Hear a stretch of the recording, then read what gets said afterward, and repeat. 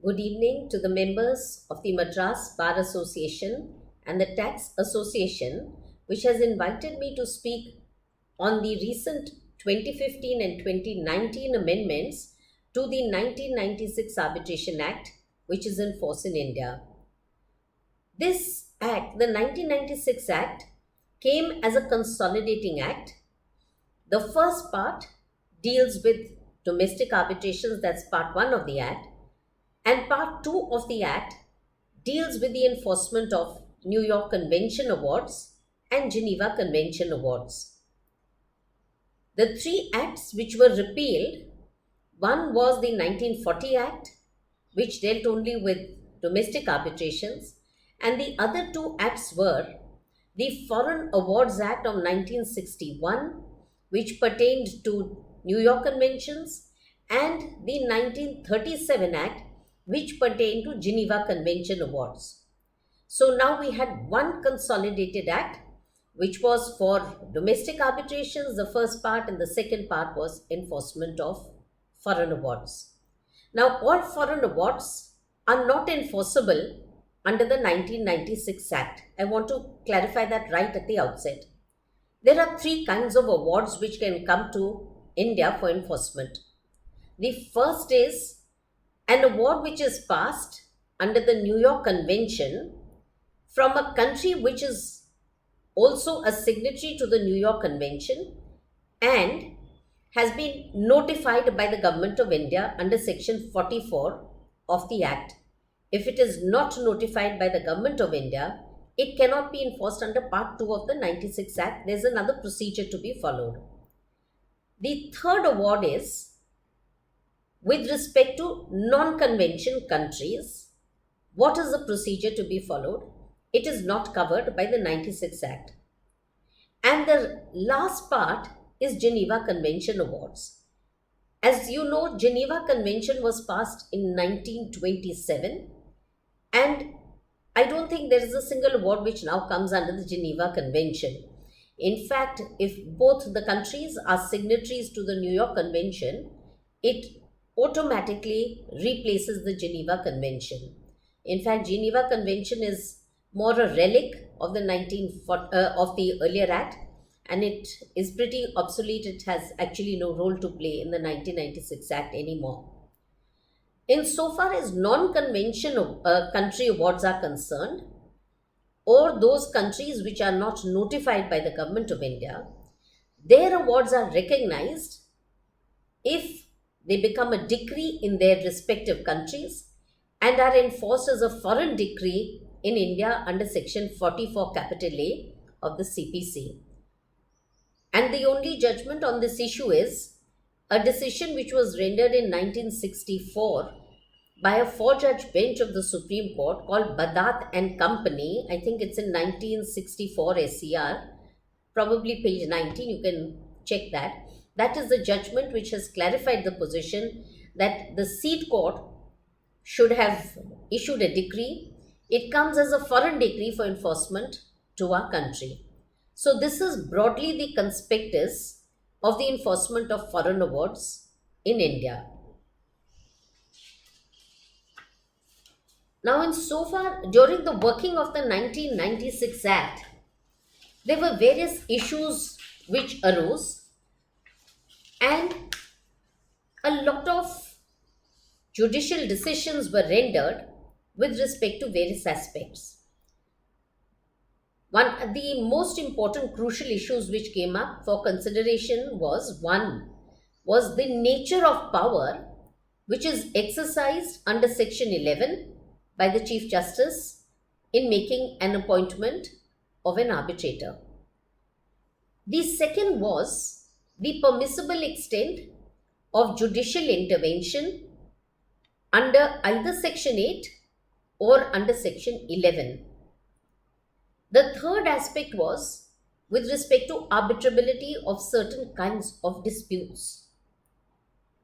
Another area was with respect to the enforcement of domestic and foreign awards. And the last area which I'll briefly deal with is also the public policy defense under both Section 34 and Section 48 of the 1996 Act. These are the broad areas which did generate a lot of judicial decisions, some of which were legislatively overruled by the 2015 Amendment Act. And I will deal now with broadly the broad features of the 2015 Amendment Act. The significant changes which were made by the 2015 Amendment Act, the first was that the definition of the term court, it was redefined. With respect to international commercial arbitrations, it was vested exclusively in the high courts. With respect to domestic arbitrations, it was said that the court, the appropriate court, will be the principal civil court of original jurisdiction in a district or the high courts where they were exercising original jurisdiction. The second significant amendment was with respect to Section 2.2, wherein a proviso was inserted. This was to make provision for the availability of interim relief under Section 9, an appeal under Section 37 from an order passed under 9, and third was the availability of court assistance in taking evidence under Section 27 with respect to foreign seated international arbitrations. Because foreign seated international arbitrations, when they came to India, there was no provision in Part 2 of the Act which made provision for interim relief or for assistance in taking evidence, etc. And this came to light when the Bhatia and Balko judgments were delivered. In the Bhatia judgment, a 3-judge bench had said that Part 1 would be equally applicable to Part 2 arbitrations and foreign seated arbitrations, except if they were expressly or impliedly excluded. The Constitution bench in the Balko judgment overruled both Bhatia and Venture Global and said Part 1 and Part 2 are entirely distinct. Part 1 does not apply to Part 2 at all. They are based on the principle of territoriality. Part 1 is confined to domestic arbitrations or arbitrations which are seated in India, and Part 2 pertains to enforcement of foreign awards. To overcome this lacuna in a foreign seated arbitration where there was a requirement of interim relief, Section 9 was in Part 1 and therefore would not automatically apply to Part 2. So this proviso was introduced in Section 2.2 to say that even for foreign seated arbitrations, one could move Section 9, the appellate provision under 37, and also they could move the Indian courts for assistance in taking evidence under Section 27. So to this limited extent, these 3 sections became applicable to foreign seated arbitrations to overcome the lacuna in the Act. The third important section which I want to dwell on is, there were 2 significant amendments made in Section 8, which is the power of the judicial authority to make a reference to arbitration. The first one was that Section 8 now provided that not only a party to the arbitration agreement, but any person claiming through or under a party could file an application before a judicial authority for reference to arbitration.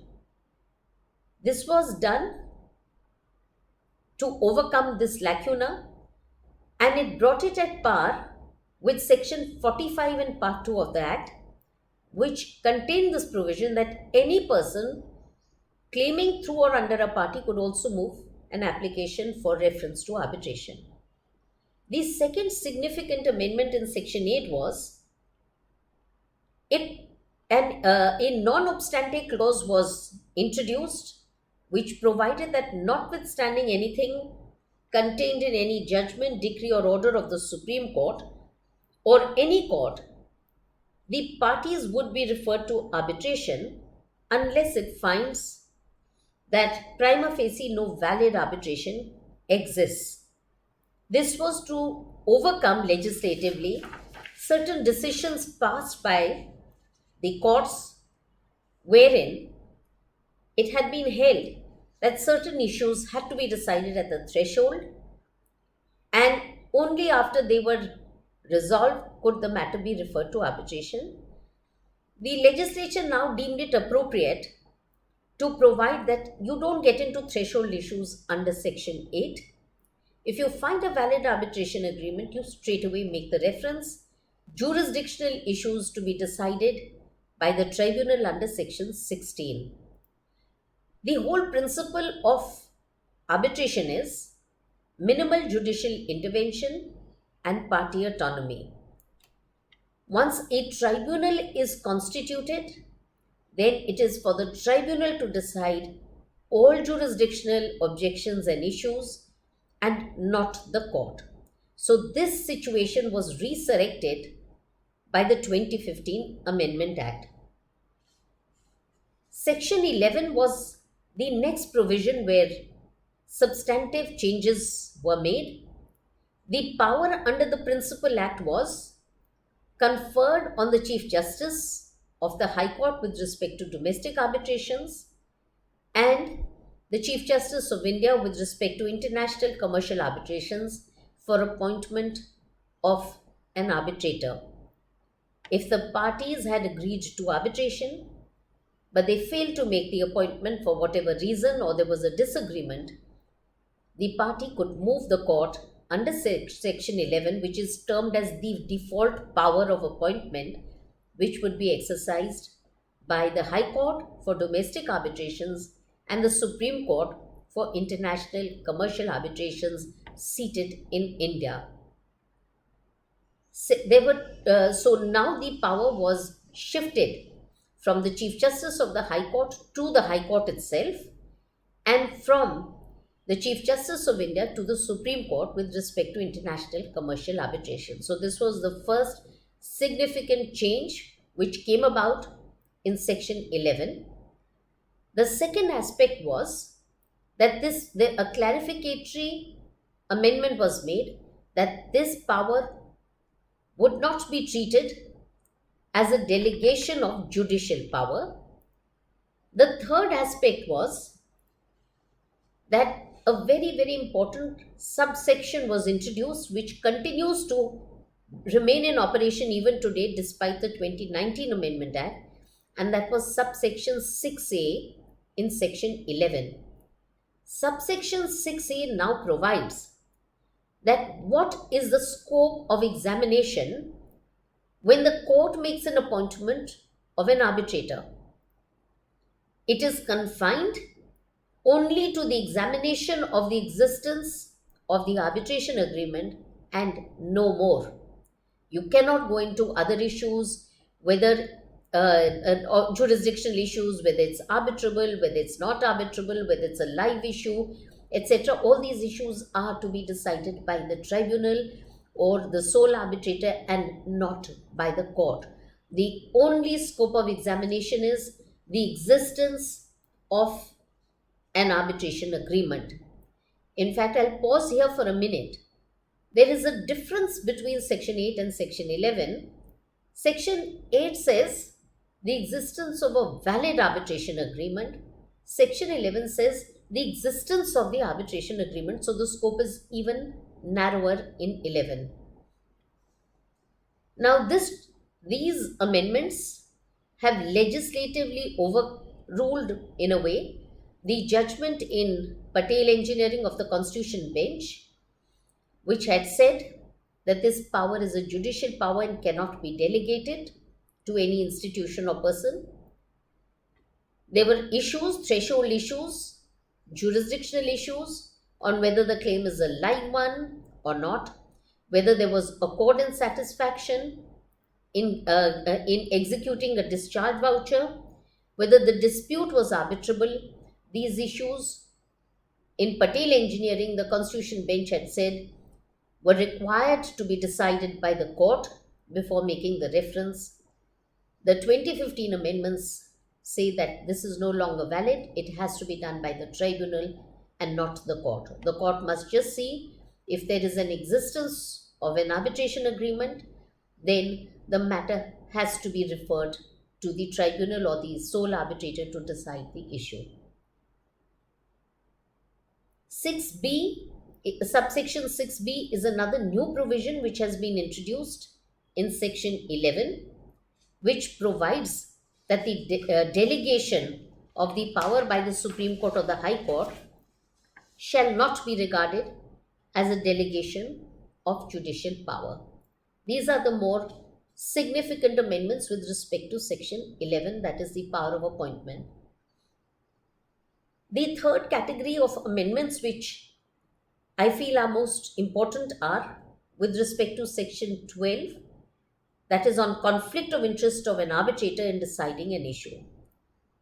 There was a vast amount of jurisprudence which emanated from the court with respect to a sole arbitrator being appointed or a named arbitrator being appointed, particularly in the context of government contracts, as to whether there would be a conflict of interest or not, because the issue of lack of bias and independence and impartiality of an arbitrator is a non-derogable provision of the Act.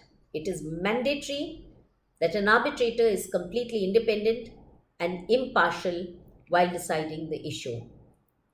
So with respect to this, section 12 was substantially amended. There are two schedules which have been introduced in the Act, that's Schedule 5 and Schedule 7, which set out the degree of relationships and the nature of relationships where a conflict of interest can be considered to be a ground for an arbitrator to be removed from the position of adjudicating the dispute between parties. Schedule 5 and Schedule 7 are based on the IBA conflict of interest of arbitrators. These guidelines have been treated as soft law in foreign jurisdictions. That is, they are by way of guidance, they are not mandatory and binding. But the legislature has incorporated these schedules which are based on these guidelines and has given it a statutory flavor. I think India is the only country which has incorporated it in its statute. The arbitrators are now required under Schedule 6 to make two mandatory disclosures. One is with respect to their independence and impartiality, with respect to both the subject matter with which they are dealing and the parties whose disputes are being adjudicated upon. The second disclosure is with respect to their time availability and the number of cases they are dealing with at the point of time when they make the disclosure, as to whether they would be able to complete the proceedings in the period which is now set out in section 29 capital A of the Act. So these two disclosures are mandatory and the format is given in Schedule 6 of the Act. Now, further, the next important amendment which has been brought about by the 2015 Amendment Act is Section 17, which has now empowered the arbitral tribunal to grant interim relief and brought it at par with Section 9, which is the provision where courts can grant interim relief to parties either before the proceedings commence, during the proceedings taking place, and after the award is made. Although a subsection has been introduced in Section 9, that is subsection 3, which says that once the tribunal is constituted, the courts would normally not grant interim relief during the pendency of proceedings, because this power must be exercised by the tribunal under Section 17. The next important provision which I would like to touch upon is Section 29 capital A, which I think is a salutary provision. I don't think any other arbitration legislation in any other country has a similar provision, which provides a time-bound period for the proceedings to be concluded and the award to be delivered. Prior to the 2015 amendment, Arbitrations went on for an indefinite period of time, and there was a huge time lag even before the awards were delivered. Arbitrations also became extremely expensive, with arbitrators charging a per sitting fee, and the costs mounted too much. So, to overcome this practical situation, this provision was incorporated so that the proceedings would be concluded and award rendered within a period of 12 months after entering upon reference. If the proceedings were still not concluded, the parties could agree to a 6 months extension and no more.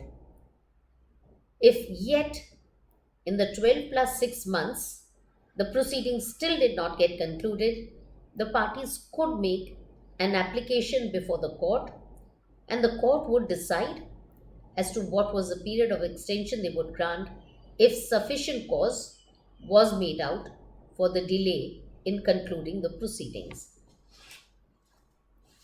29B is another provision which provides for fast track arbitration. I don't think it has gained currency in India, but it's based basically on only documents. There are hardly one or two hearings, and normally it is done by a sole arbitrator. It has been successful in the West with respect to maritime disputes, where the entire dispute can be decided on the basis only of documents, and oral arguments are really not required. So, this provision has been introduced wherever parties mutually agree to have their proceedings fast tracked. Another significant amendment was made in section 31(7)(b), which was taking into account the ground realities. Now, 31(7)(b) of the Act provides for a statutory rate of interest which will start running on the amount awarded post the award. So, it's for the post award period. The statutory rate of interest under the Principal Act was 18%. This was amended because it was found commercially to be an extremely high rate of interest and a uniform rate which was applicable irrespective of the commercial and ground realities prevailing at a point of time. So the legislature amended it to be it would be plus 2% over the prevailing rate on the date on which the award was passed. 31 capital A is another new provision which was inserted. This provides a regime for costs. It is by way of guidance to tribunals and arbitrators to provide costs under various heads. And it basically follows the principle that cost follows the event and has been adopted as per the Western model. Section 34 has also been amended, particularly with respect to the public policy defense, wherein it has been narrowed as a consequence of the decisions which were passed in ONGC and Western Gecko. Western Gecko, of course, was with respect to reasonableness of an award. To overcome this, Section 34 has been amended, which provides that an award can be set aside on the public policy ground only if either it was induced or affected by fraud or corruption or was in violation of Section 75 or Section 81. Second, if it was in contravention with the fundamental policy of Indian law. ONGC judgment had said that any statutory provision, if it is violated, it's a public policy defense. So they said no, it has to be the fundamental policy of Indian law, which was enunciated in the Renu Sagar judgment of 1984. And the third point on which the public policy defense could be raised was in conflict with the most basic notions of morality or justice. Section 34 also now states that what is the test as to whether there is a contravention of the fundamental policy of Indian law. It must not entertain a review on the merits of the dispute, because the arbitrators always consider to be the final arbiter on factual disputes. If there is an error of law, then the court may consider it, and not any error of law, but something which is fundamental to the policy of Indian law. I think the most important amendment which has been introduced by the 2015 Act is Section 36, which has been completely substituted. Section 36, as it was in the Principal Act, was interpreted in two judgments of the Supreme Court. One was National Aluminium and the other was NBCC versus Lloyd Insulation, to mean that the minute a party files objections under Section 34, the award becomes unenforceable. There's an automatic suspension of the award. To overcome this situation, where the matters would remain pending in the court for some time, it was considered appropriate to completely change this section, which now provides that once the award is passed, it does not become automatically unenforceable. A party must obtain a stay. That stay has to be on terms which the court considers appropriate, and the grounds for granting even a partial stay must be recorded in writing. So they have made it far more stringent. And if it is an award which is to pay an amount of money, then the principles under the CPC with respect to a money decree must be followed. Section 48 of the New York Convention Award, which provides the conditions for enforcement, has also been amended on the aspect of the public policy defense, and it has been given the same narrow interpretation as in Section 34, which I just spoke about. I won't repeat it. The 2015 Amendment Act has also introduced certain timelines for court proceedings with respect to arbitration cases. The first is that where an application is filed for appointment of an arbitrator under Section 11, subsection 13 of Section 11 says that it should normally be disposed of within a period of 60 days. The second timeline which has been incorporated is Section 29 capital A, subsection 9. If an application is moved before the court for extension of time to conclude the proceedings and make the award, that application should be decided within a period of 60 days. The third timeline which has been provided is in Section 34, that where objections are filed, the court should normally dispose it of within a period of 1 year. These are directory provisions but have been incorporated to dispose of court proceedings pertaining to arbitration as expeditiously as possible. The 2015 amendments have been lauded internationally. India's rating in the ease of doing business has got enhanced. From being 77, it has come down to 63, which is on account of the legislative amendments which have been made to the Arbitration Act, the new law which has been drafted with respect to insolvency, the IBC Code, the new Companies Act, and policy changes have been taken very well internationally, and India's ratings have gone up. However, enforcement of contracts, India is still lagging behind at number 163, because the World Bank has made an assessment that it takes almost 4 to 5 years with respect to enforcing a contract through the local courts in India.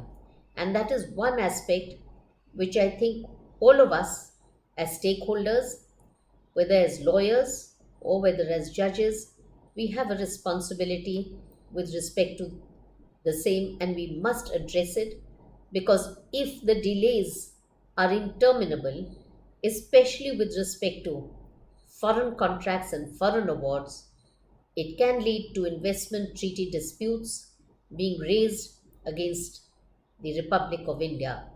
And this is of crucial importance, and that is why I thought I would spell out specifically the timelines which have been introduced by the 2015 Amendment Act, which must be observed by the courts so that we do not face a second award with respect to an investment treaty dispute. Soon after the 2015 amendments were brought into force, which was in October of 2015, just a year and a quarter later, the government set up a high level committee, which was the Sri Krishna Committee, which made further recommendations with respect to arbitration legislation in India.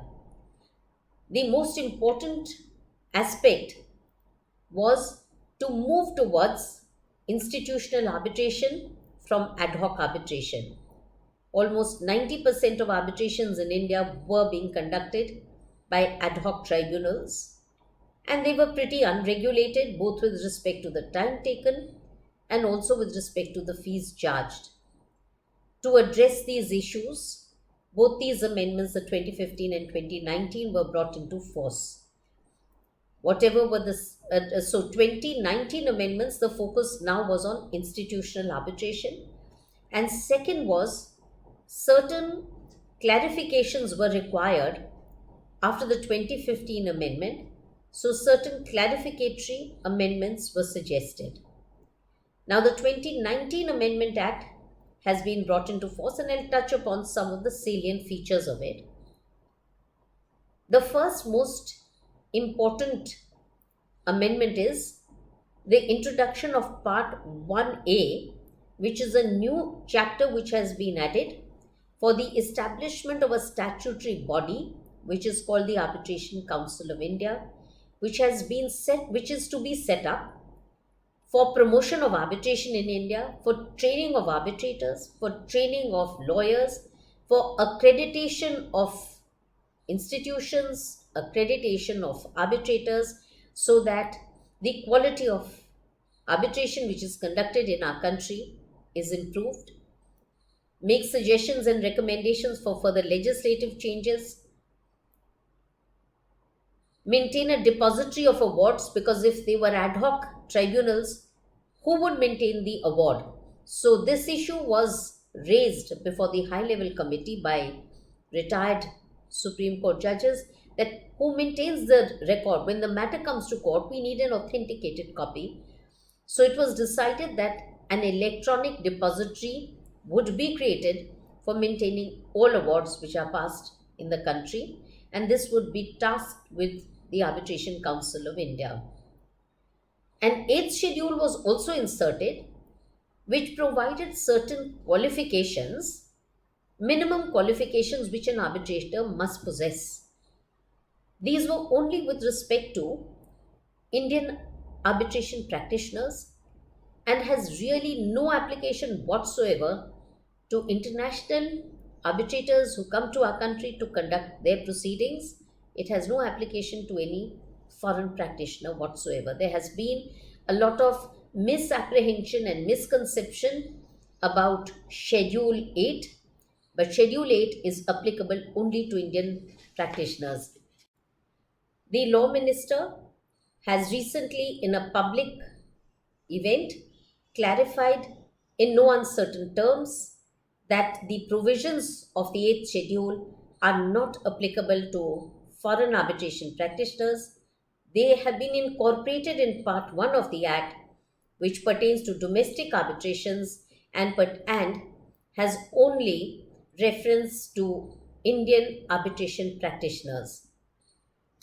Section 11 has also been amended, which now provides that the Supreme Court, with respect to international commercial arbitrations, and the High Courts, with respect to domestic arbitrations, will designate arbitral institutions which are graded by the Arbitration Council of India to carry out the process of making an appointment or exercising what is called the default power of appointing an arbitrator. So, therefore, the entire process will now be shifted from the courts to recognized arbitral institutions of credibility. I must pause here for a minute. Section 11, that is shifting the power from the courts to the institutions, has not been brought into force so far. It has not been notified for the moment. Therefore, the procedure as per the 2015 Amendment Act will continue to remain in force till the amendments to Section 11 are notified by the government. Section 17, a clarificatory amendment was brought about. The 2015 amendment had said that the arbitral tribunal will have the power to provide interim relief during the pendency of proceedings and even after the making of the arbitral award. Now, this was erroneous for the reason that once the award is passed, the tribunal becomes functus officio under Section 32 of the Arbitration Act. So, this part of Section 17 has been amended. It stops at only during the pendency of proceedings, and the part pertaining to post the award has been deleted. Section 23 and 29 capital A have also been amended. That is, that the period of 12 months will now start ticking from the completion of pleadings of the parties, for which they are given a period of 6 months, and thereafter the period of 12 months will commence. Section 37 has been amended. This is a very important amendment. There has been insertion of a non obstante clause, which says that notwithstanding anything contained in any other law for the time being in force, the appeals will be only governed by the 1996 Act. The background to this amendment is that there was certain confusion which occurred when the Commercial Courts Act was enacted, which was almost contemporaneous with the 2015 Amendment Act. They were contemporaneously enacted, and lawyers started filing appeals. A second appeal is barred under the 2015 Amendment Act. Lawyers started filing a second appeal under the Commercial Courts Act. So, to give clarity that you could neither go under the Commercial Courts Act or the letters patent, this amendment was brought about by a non obstante provision to say that you, notwithstanding any other law for the time being in force, the appeals are only as provided by Section 37 of the Act. There have been two other new provisions which have been added: 42A, that is confidentiality to be maintained in proceedings, and 42B, which provides immunity to arbitrators. These were missing in our Act. So these have, on the basis of other legislations, been incorporated in the 1996 Act. The last aspect which I will touch upon is Section 87 was inserted by the 2019 Amendment Act. This was to provide that the 2015 Amendment Act would be only prospective in nature and effect with respect to both arbitral proceedings and court proceedings with respect to arbitrations commenced after the 2015 Amendment Act. This was an amendment which was brought about pursuant to the recommendations made by the High Level Committee so that past cases were not reopened. However, this amendment has been recently struck down by the Supreme Court in the Hindustan Construction case. And therefore, the situation as it prevails today is that insofar as arbitral proceedings which have been commenced after the 2015 Amendment Act came into force, it will apply to all such proceedings, and commencement, as you know, starts as per Section 21 when a notice for arbitration is served upon the other party. Insofar as court proceedings are concerned, it would apply to even those proceedings which are pending before the courts, even though the arbitral proceedings had commenced prior to that. So there is a dichotomy with respect to arbitral proceedings. It is only fresh proceedings commenced after the 2015 Amendment Act has come into force.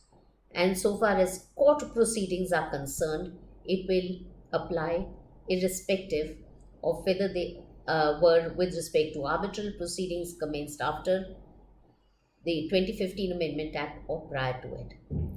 So, this is basically a conspectus of the 2015 and 2019 amendments.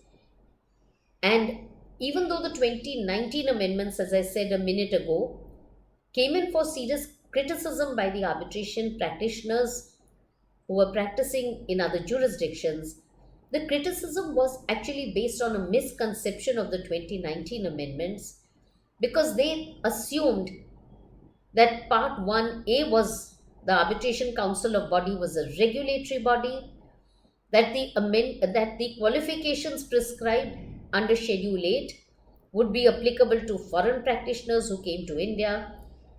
And third is that they felt that these were perceived to be regressive in nature. But I think there was a misconception which has now been clarified by the public statements made even by the law minister, and even on an objective interpretation of the 2019 amendments. These are my thoughts, which I thought I would share with you with respect to the 2015 and 2019 amendments to the 1996 Act. Thank you.